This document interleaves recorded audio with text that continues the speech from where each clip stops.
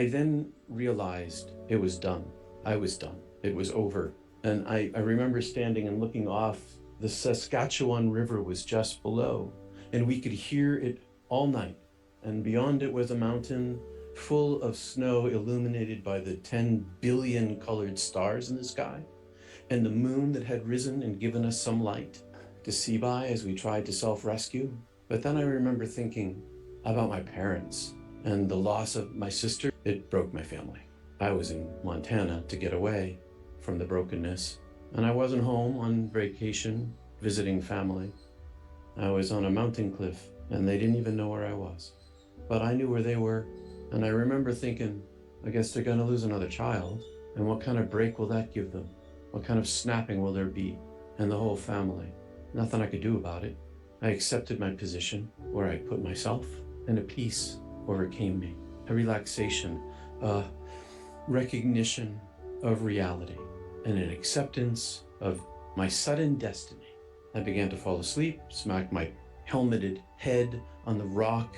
I'd wake up and I'd stand up and I'd pull on the rope, and I don't know how many times that happened. It just happened until it stopped, and I stood. And this time when I stood up, there was a black ring all around me, like a spotlight on a stage, I've said before, and coming down a tunnel vision. And as I moved, it moved with me, and it went out. And I thought to myself before it extinguished, I must be falling asleep, but I didn't. It went to black and I stayed awake, and all of my pain was gone. And I didn't understand where I was or what happened to me. I thought, I must still be on the mountain. It must still be in front of me. I was confused. And way far in the distant distance, in this immense darkness that was illuminated by the arrival of the light, and still was an immense darkness, a light and a darkness, as the light came rushing toward me from a pinprick of 100 billion light years away. I don't know, too far to measure. All I speak here is metaphor. Metaphor because I have no words to talk about the place where there are no things. I had no brain, so there was no brain to carry language. There was a different kind of communication. And this entity came rushing toward me and said, time to go. You're coming with me. I'm taking you. And it communicated that to me without language. And I put up this wall of resistance. I sort of stood all of my strength and pushed toward it, and it just took me like I had no defense whatsoever. And it pulled me out, and I was inside of it, and it was like an orb, like an entity, like a consciousness, an intelligence, a greatness, all powerful. And it was here and connected, far, far away, and somehow they were in communication, but it had its own entity. And I was inside it, like riding in a cushioned, transparent, energetic ball where I lost all agency. I lost all motion. I didn't care either. All of it was being poured into me. All of this entity was pouring into me, this comfort and intelligence, this great intelligence, this great knowledge, this recognition of, I know this place. I know this feeling. And I am inside in some sort of similar astral body. I don't know what to call it. Had some sort of similarity to my physical body, but the connection was cut. I was no longer attached. And I could see out of these eyes, and I could see from a distance into the orb. I was both in it and outside it. And my outsideness had no substance to it. But inside I had some level of, I don't know how to describe it. It wasn't physicality at all. It was energy organized. And I was carried back to the point of the entrance where the light had come from. And all the while it was communicating to me, and it popped me out. And I was an entity like itself, but smaller, but larger than I'd ever been. I was in a place of nothingness, but the nothingness was fullness, and it was dark as far as I could see. I knew myself. I recognized myself. This is me. This has always been me, I thought to myself. And my thinking was my seeing, was my language, which had no words because I had no brain and no physicality. I was an energy ball of consciousness, recognizing and remembering and recalling my true self, shed of my skin, shed of my ego, shed of myself. I found who I was, and I had no fear. I was in comfort land. I was in, hey, home. And then this portal opened, this waterfall of white, pure light, and 10 billion times a trillion colors, like the stars I'd seen in the sky. So many colors in the stars up in the great north where there are no lights on a moonless night. So many colors and so many sizes, so dense a field of stars that you can see by it. More in this flow, this waterfall of colors than I saw in the night sky the night before. Times a million, maybe. And it was solid, and it was translucent, and it was transparent, and I could see into it, and it was the most attractive, desirous thing I'd ever seen in my life. I went to it, and I could see, as I looked into it, a tunnel that led further in, and I touched it with my consciousness, my energy ball of self, and it flowed into me. It flowed into me and it surrounded me, and I recognized that this infinity was the body of the entirety of this same entity, only larger than I could imagine, larger than infinity, flowing into me with all these simultaneous experiences. There's light and there's self. There's illumination. I am seen for who I am. All of my human life is exposed. Not a part of me is not naked in the fullness of this light, no hiding places. So my life experience, my life review, the life experience that mattered were the wounds that I gave everyone in my life in a sequence from their interior point of view. Inside of them, the divine lived and felt and saw all of the emotions and responses that I had caused and brought me into that. Simultaneous to experiencing all of the emotional responses to all of the pain that I'd caused from the point of view of the person I gave it to, times 10,000 it felt like to me. All of that pain that I'd given away, it actually clung to me, and I was not being judged. I was judging myself. The divine, meanwhile, in me, around me, showing me all of this, simultaneously showing me all of this, pouring love into my orb of self. And so I'm shown all of this while this love is pouring into me, showing me this while I'm simultaneously experiencing all the pain that I gave away in my life.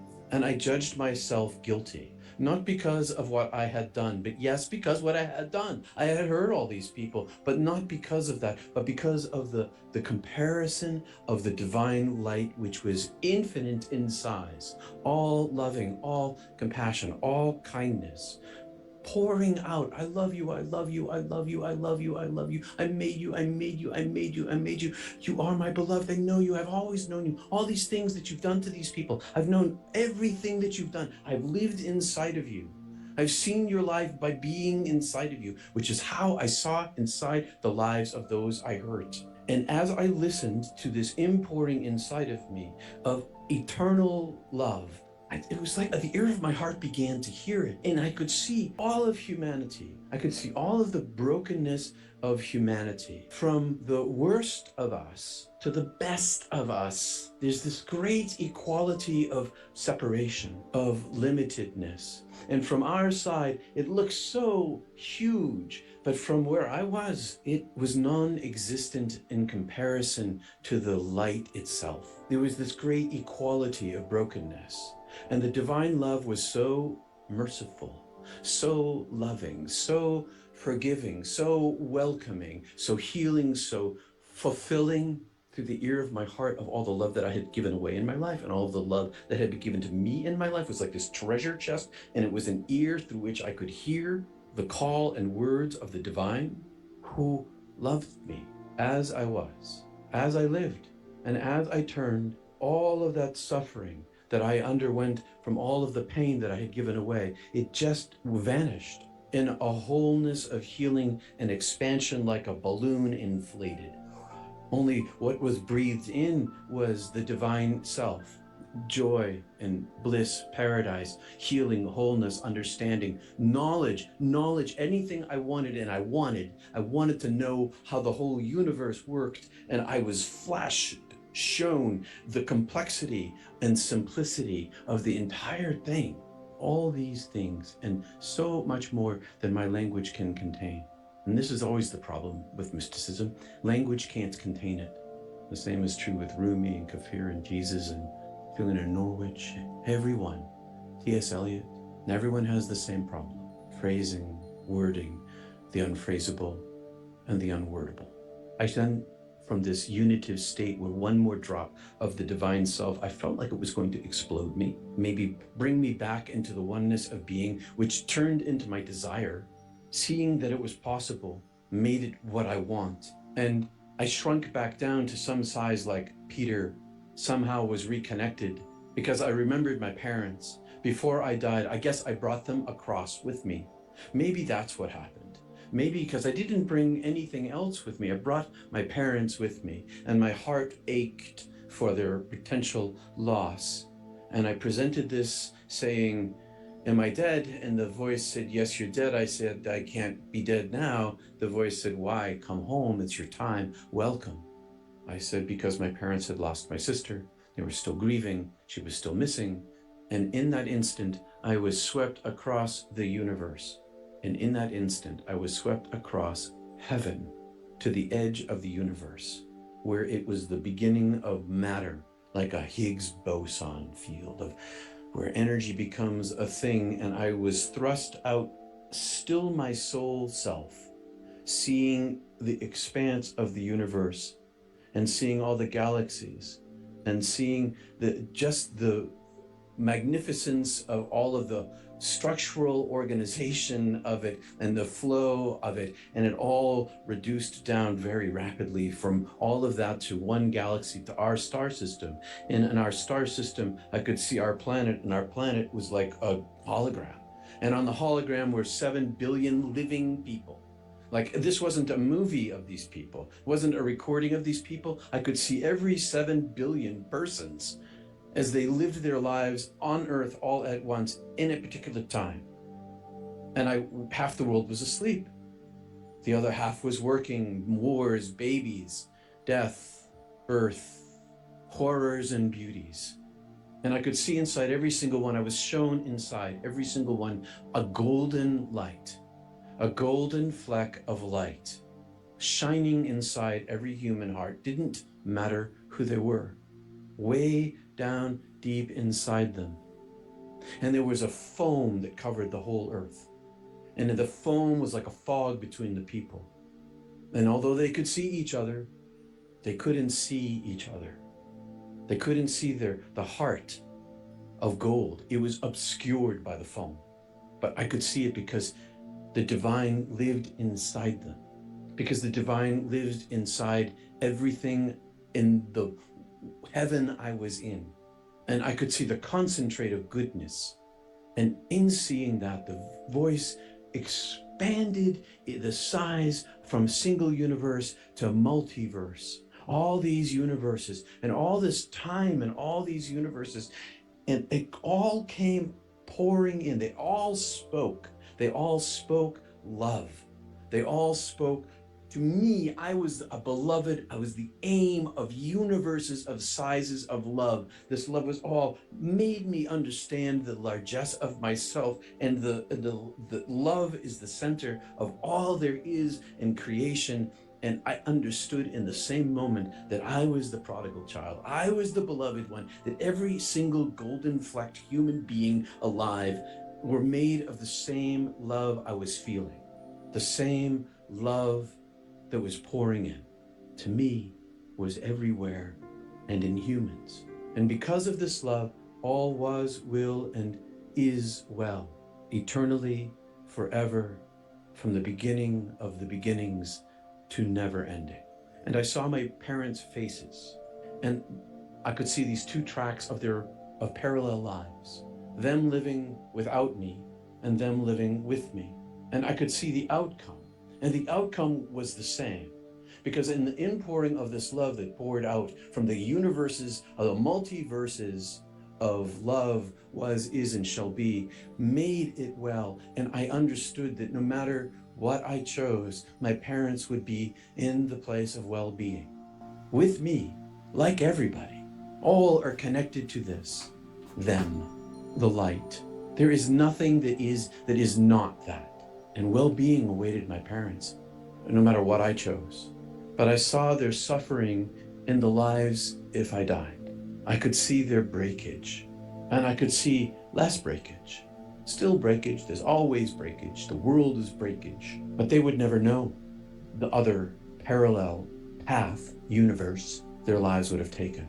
The complexity of every decision that all these people make, these 7 billion people, and how they understand their lives. My simple decision of choosing to request, let me go back, but it's your time to stay here, come home to us. But I haven't gone fully into you. I still have this, I recognized that I had this somehow job to do. So I said, do I have to stay? And the voice said, no, you don't have to stay. I said, well, then I choose to live my life. And the voice said, you won't live your life, and kicked me out. And as I flew, the voice stayed with me. And as I flew, I became more dense, less nothing, more thing. And in front of me were 10, 100,000, a million doorways, countless doorways of tunnels that choose from among these lives. And in the center core of all of these openings, they were circular, was a single core of intense white light that made them all exist, that brought them all from the divine self into beingness. The voice said, pick, choose. I wanted some corporeality. I wanted to be able to live as a common, normal, broken, limited human being. I thought to myself, maybe if I live as a common, normal, broken human being, I can channel light, and they'll see that it's not my light, because they'll see, like, well, he's kind of a normal guy, and they could see that it's the light itself. I wanted a little hedonism in my life. I wanted a little bit of fun in my life. I wanted creativity in my life. I wanted my desires. And it turned out that I've spent my whole life trying to lean into the place that I could have chosen when I was there, back to the light itself. After death, there's light, there's love. After death begins before death. The training is here if you want to pursue it, but you don't need the training. You don't need to practice meditation, some form of selfless practice. You can just love the people in your life and treat them with kindness, treat them with humility and compassion. Be strong, don't let yourself get hurt, but love and care, and especially for those in need. That's spirituality enough, right there. I am panicking. What have you done? You wasted a whole beautiful life. Then the blame kicked in. I blame the people that have done this, but I blame you for being here. I blame the person that introduced you to the person that invited you here for this grave error and mistake leading to our death. And it was this very punishing feeling. And as this light started to draw closer and become brighter, the fear had nowhere else to go. It was backed all the way into a corner. And a voice came through. And this voice that I can only describe as stern, loving, wise, and primordial said, surrender to the experience. And I let my hands go because they were grasping and shaking. And I went into the light. This light became me. And once I was in that light, I merged with non-duality God consciousness. I merged with spirit. And in this spirit, there's only a few things that I can describe to an audience. The color orange, the feeling of a peace like the peace that we're promised as humans one day, and eternal love. Like all of the hugs and kisses from all of the grandmothers in all of history. The awareness of this place that I was in, this blissful, heavenly, omnipotent awareness, was that of non-duality, was that of God. And in non-duality, in this space that I found myself, I was all things. I was the Alpha and the Omega, beyond time, beyond form, beyond circumstance. It was the most exalting and powerful love that you can imagine. And I've had a difficult time in sharing this experience with people because I think as humans we all cling to the version of the afterlife where there is, 72 virgins or like your grandma and Abraham Lincoln playing beer pong. But I believe that there's a place for that. I believe that there's levels of consciousness that we all reside in as humans. But this place that I went to was the place beyond all of those levels, the place of non-duality. And on my way up to that place, I had a life review, and I got to see all of the moments of my life. The good, the bad, the flow, the resistance, the contraction, the expansion. And not only did I get to see my memories of my life, but I got to feel them from the perspective of other people. I got to feel how I touched my listeners. I got to feel how I made people feel when I was on stage, or my mom when I told her I loved her, or the opposite, when I was younger. I got to have a fully immersive experience of what it means to be Sean. And there was some stuff that was very hard to sit with and to look at, followed by this immediate forgiveness of a new memory of something so much simpler and more profound. And I realized in that moment of letting go that our life is just a journey of love, and all of our experiences are just how many steps removed or how far away from love you are. And I realized that the fabric of reality itself, creation itself, time, all of the forces that we identify with are God, and God is love. And when I finally was able to shed my own consciousness and cross over, I became God. I became that love. I became everyone in existence. This singularity consciousness from which we all come from is just love. So I've had a lot of questions about this nature of non-duality. And when I was over there, for a very brief point in time, I knew everything. I saw everything. And when I came back, didn't remember most of it. But I was given this very simple understanding of how the universe is and how it was created. We as humans can conceive of most levels of reality, but historically we've only been able to attain most of them. And it goes as far back into prehistory, the pagans and stuff, and they believed in a mother and a father god, and that's duality, polarity. And I realized that as humans we all come from a mother and a father, and it's only natural for us to believe that they are two separate people, and that their love and the connection between the two of them wasn't a separate party, wasn't the actual thing that they were. And so what I discovered was that God created two, so God could experience thyself, so God could love thyself. And from two created polarity, and polarity created opposing forces, which created all of the events that unfolded to the Big Bang, the expansion, contraction, the harmony, disharmony, all at once. And everything was just birthed from there. And beyond all of this, there is just one. And we are that one, and there is no separation between us and that, because that is us. We are that we are, and we are love. I returned to my body after, I couldn't tell you how long I was here, because there wasn't time, because there isn't time. And I was crying and shaking, and I had felt so touched, so loved, so chosen. And I don't mean special chosen, like I'm on a podcast chosen, but like so deeply chosen by me. And you are chosen by you. And my life took a series of wild turns after this. An entirely new understanding of how everything works. Integrating back into Sean, a musician, a soon-to-be father, a friend. And I will say that when I did return into my own life and my own consciousness, I understand why we ascribe power to things outside of ourselves. That I understand why the saints and the mystics in the Old Testament talked about this powerful, scary God, because this force is it's omnipotent, it's massive. And when you're dealing with this, interfacing this from a human standpoint, it's scary, dude. It's super scary. I was very scared. But when you let go of fear, the truth will appear, so simple and clear. I heard it in a song right after, and I was like, yeah, because beyond that fear, which is separation, was unity. And unity is love, and love is creation. And that is the message that, as convoluted and difficult to describe I know that I'm here, and I know I was in that room, dying, having that experience to come back and talk about. I was angry that that was it. It felt like all of my pain that I had gone through as a kid was completely wasted, and that I just wasted my life. You know, I died full of bitterness, and in my last conscious moment, I was afraid to die. I wasn't ready to die.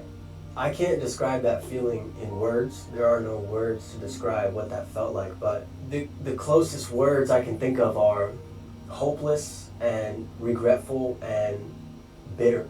Just this bitterness. And after a while of feeling afraid to die and regretful and just hopeless, I was then transitioned into this beautiful, beautiful place where everything was crystally and blue, and it was almost as if I was perceiving the outside world from the perspective of the inside of the purest diamond in the universe. It was just magnificent, indescribable by words. And there were refracted combinations of light, and each refracted combination of light formed one universal color. It was just beauty that is just indescribable. And there was no time in this place. Time and I were the same thing, and everything was one in this place. In this place, I was everything, and everything was me. And since there was no concept of time, it felt like I was in this place for an eternity. The voice in my head was completely gone, and I was processing information at a speed that I can't even comprehend now. I had complete and utter awareness, everything. I just knew everything. I don't know how to describe it. I just knew everything. Just watched in my life review, the core memory. There was no verbal communication. Everything was telepathic. He and I communicated without words. We just knew what the other was trying to communicate and get across. And I can remember with every ounce of strength I had, I wanted to say goodbye to my wife. It was important to me. And I did. I remember just turning my head, looking at her and saying, I'm going to die. Goodbye, John. And I did. It was then that I experienced what we call a near-death experience. For me, there was nothing near about it. It was there. It was a total immersion in light, brightness, warmth, peace, security. I did not have an out-of-body experience. I did not see my body or anyone about me. I just immediately went into this beautiful, bright light. It's difficult to describe. Matter of fact, it's impossible to describe. Verbally, it cannot be expressed. It's something which becomes you, and you become it. I could say that I was peace. I was love. I was the brightness. It was part of me. I had no recollection of anything, anything biological. It's not like you could see something, because your sight is biological. It's necessary here. Hearing is necessary here. Speech is necessary here. It's not there. You just know. You're all-knowing. Everything is a part of you. It's just so beautiful. It was eternity. It's like I was always there, and I will always be there. That my existence on Earth was just a very brief instant. It's a hard concept to understand, eternity, because when you compare it to time, time requires progression. Things, see a sequence of things follow each other. This is all at once, everything. There's no passing from one thing to another. I like to call it a different dimension, but can't really call it that, because that could be defined, and there are different dimensions. They have beginnings and ends, and so that doesn't fit. It was at least 6 months after the incident that I could even speak to my wife about it. It was such an emotional, um, beautiful, swelling feeling inside that every time I tried to express it, I think I would just explode. I'd break down and cry. And she, for the longest time, couldn't figure out what was wrong with me. To realize that I was in this huge vastness of just nothing, just darkness. I might add in here, during this time, the pressure and the pain that you experienced during the accident was gone. You were relieved of all that. The one sensation that you're very aware of is your eyesight, or that you can see. You then see that this area that you're in, that you're passing through, takes the shape of a tunnel. And dimension-wise, it was vast. It was anywhere from 1,000 feet to 1,000 miles wide. And it was definitely to infinity. And before you is this just magnificent, beautiful, bright white light. You are confronted by true, pure love. And he was proud, like a proud father. I could feel his emotion. He was so proud that I was there. He had another child. He had another son. And he said, to let me know, he said, even the state that you're in, meaning what I thought was I was a super god, he said, you cannot begin to comprehend what I am. Trust me, we cannot begin to comprehend what we're going to be. It's almost infinitely powerful, yet we're still nothing compared to the Creator. And I'm still feeling this body, which I couldn't see. And God made known to me. He didn't talk to me. I used my words for what thoughts he put in my head. And he wanted me, he said, in my words, step out of this body and join me in my creation. And I stepped out of this celestial body, for lack of a better way to put it. And next thing you know, I was everywhere, which gave me the understanding when we say, or we hear that God is everywhere. Now, I've even told friends of mine, when we die, we don't go to heaven. We don't go anywhere. We become everywhere, just like God is everywhere, God the Creator. We become everywhere.